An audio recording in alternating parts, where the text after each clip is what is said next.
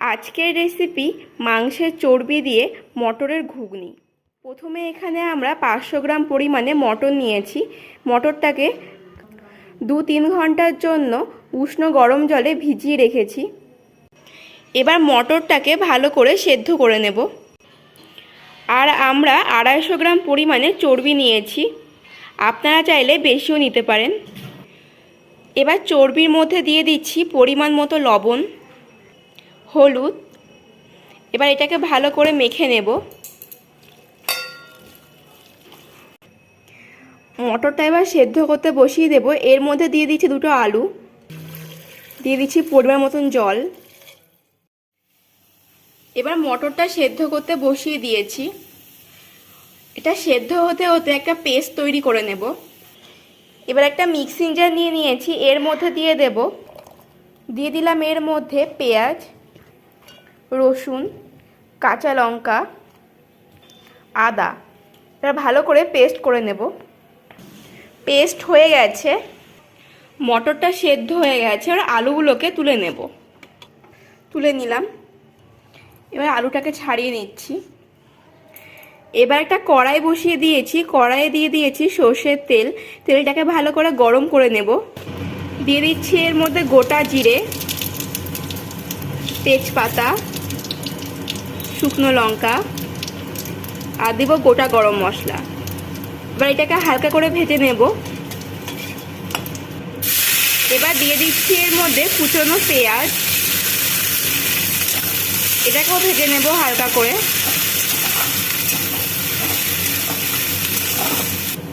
দিয়ে দিব এর মধ্যে স্বাদ মতো চিনি। এবার ভালো করে মিশিয়ে নিচ্ছি। পেঁয়াজটা ভাজা হয়ে গেছে, দিয়ে দেবো এর মধ্যে এবার পেস্টটা।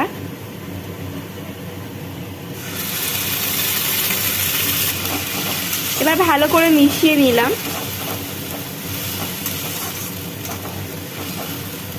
এবার এটাকে ভেজে নেব হালকা করে, যাতে কাঁচা গন্ধ না বেরোয় মশলা থেকে। এবার দিয়ে দিচ্ছি এর মধ্যে পরিমাণ মতো লবণ, হলুদ, লঙ্কার গুঁড়ো, জিরের গুঁড়ো, ধনের গুঁড়ো, কাশ্মীরি লঙ্কার গুঁড়ো। এবার মিশিয়ে নিচ্ছি ভালো করে।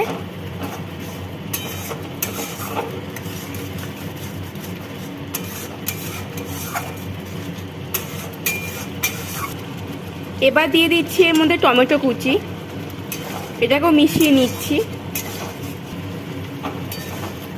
এবার এর মধ্যে দিয়ে দেব মাংসের চর্বিগুলো।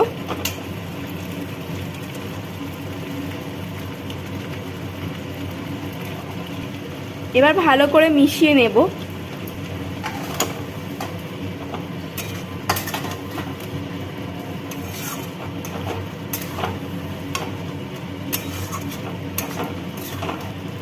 এবার ঢেকে দিচ্ছি, এটাকে ভালো করে কষে নেব।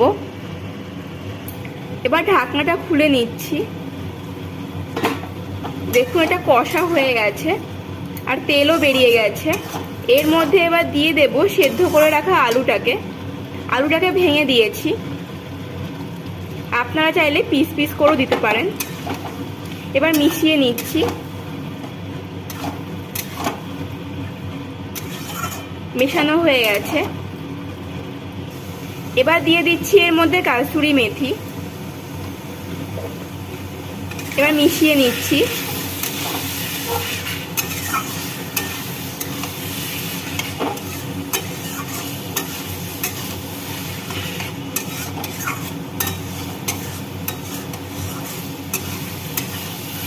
মেশানো হয়ে গেছে,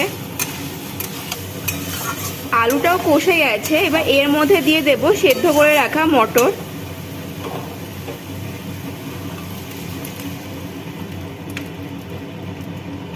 এবার ভালো করে মিশিয়ে নিচ্ছি। ঘুগনিটা প্রায় রেডি হয়ে গেছে। এর মধ্যে এবার দিয়ে দেব গরম মশলা। এবার দিচ্ছি ভাজা মশলা। এই মশলাটা আমরা বাড়িতেই তৈরি করেছি, সমস্ত ধরনের গোটা গরম মশলা দিয়ে। এবার মিশিয়ে নিচ্ছি ভালো করে। এবার দিয়ে দিচ্ছি এর মধ্যে ধনেপাতা কুচি। অবশ্যই দেবেন, তাহলে টেস্টটা খুব সুন্দর হবে। এবার মিশিয়ে নেব।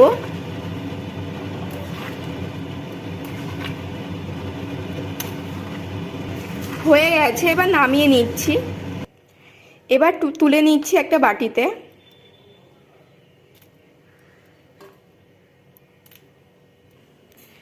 আজকের রেসিপিটি রেডি হয়ে গেছে। আপনারা তো অনেক ধরনেরই ঘুগনি খেয়েছেন, এরকমভাবে একবার অবশ্যই ঘুগনিটা তৈরি করে রুটি, পরোটা, লুচি এগুলোর সাথে খেয়ে দেখবেন। আশা করি ভালো লাগবে। আর ভালো লাগলে একটা like, comment, share and subscribe করে দেবেন।